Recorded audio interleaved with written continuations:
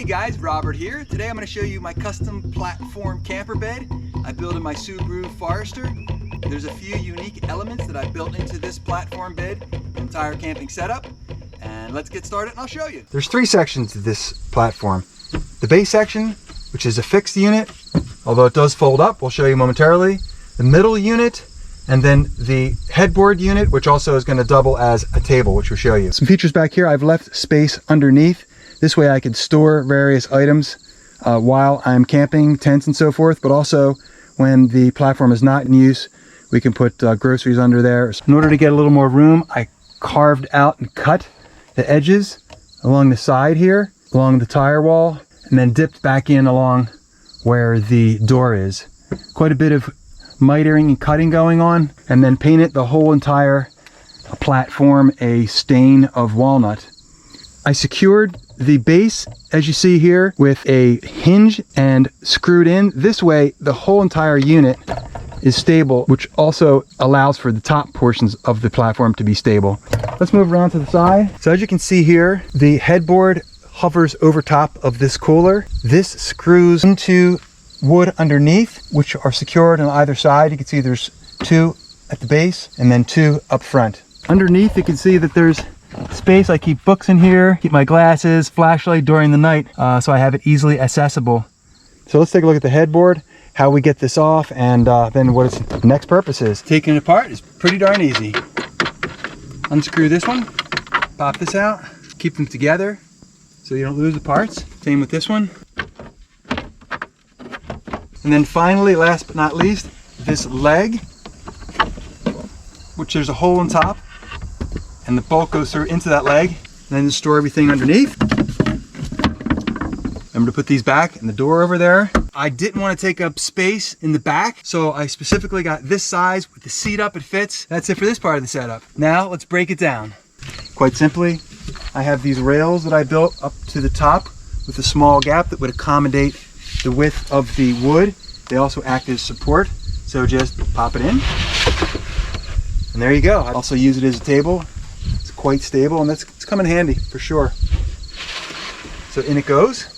Let's go back up and get the middle piece. So the middle piece, it's the same thing. I have two connection points with the screw and that wing nut. And then I'll go to the other side to get the second one. And I'll show you how I'm fastening it below here. So this one, I put the legs here, which support right at the edge, the top of this area. I put 3 legs in there so it didn't bow.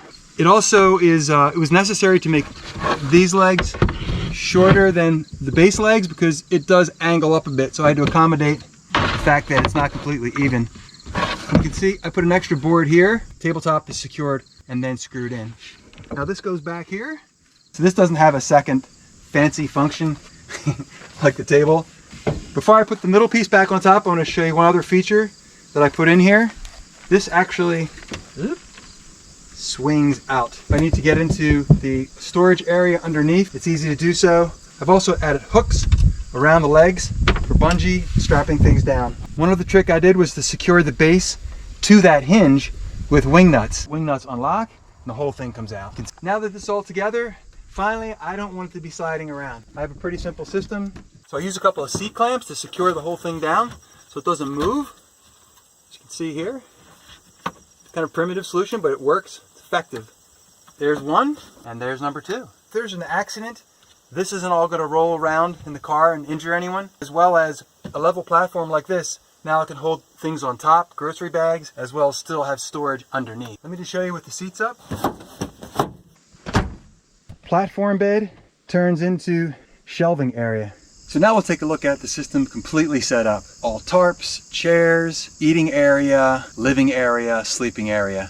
Basically, this campsite ready to roll. The tarp here, which is a key piece of equipment, 2 days of rain in my 5-day camping, or I should say 2 nights. And it was really a lifesaver being able to sit under there without getting wet. Also during the evening, I was able to store all of my kit underneath there, keep it dry instead of dragging it all inside. I have the bike rack still in place. When I initially set this up, I thought that would be a hassle, but in fact, I've been able to hang things off of it. And since I don't get in the vehicle from the back, because I want to use this as a usage area and a storage area, plus it's really a pain in the butt to climb over top of all that, I was able to leave it there. So organization wise, I've done it in 5 sections.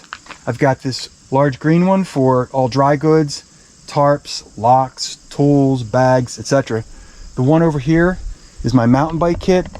And then here you've got the food container, which includes both cooking utensils as well as the food itself. The electronic container, which is here, you can see it inside. Cables, charger, camera holders, anything related to technology. On top of that is Jackery charger, which has been a real nice feature. Just purchased that one, and able to charge laptops, cell phones, etc.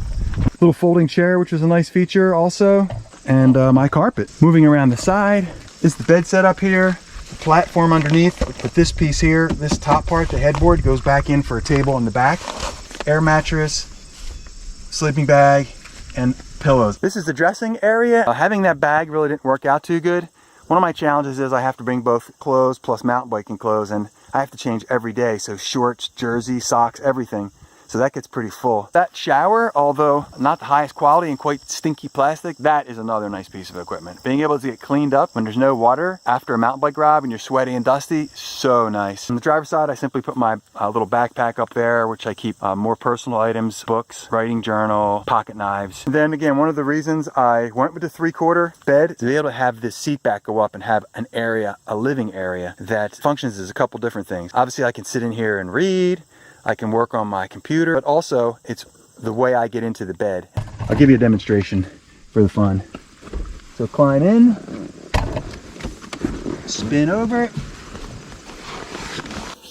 voila, sleeping dreams. There is no sitting up inside here, which again is why having that chair up like that has been a really nice feature.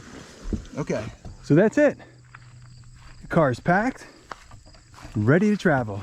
Let's just take a final look at how I set the packing up. As you notice, I've got bungees on all the equipment so it doesn't fly around in case there's an accident or just moving in general. Here's the dry storage, clothes storage, all the things underneath that I mentioned earlier, including the carpet that was below here. And then to the side, kitchenware and food, dry food, electronics box, water, toolbox, and of course, the same place is the cooler, and then the bike bag. Up front, yeah, ready to drive. As always, this is your intrepid traveler, Roberto.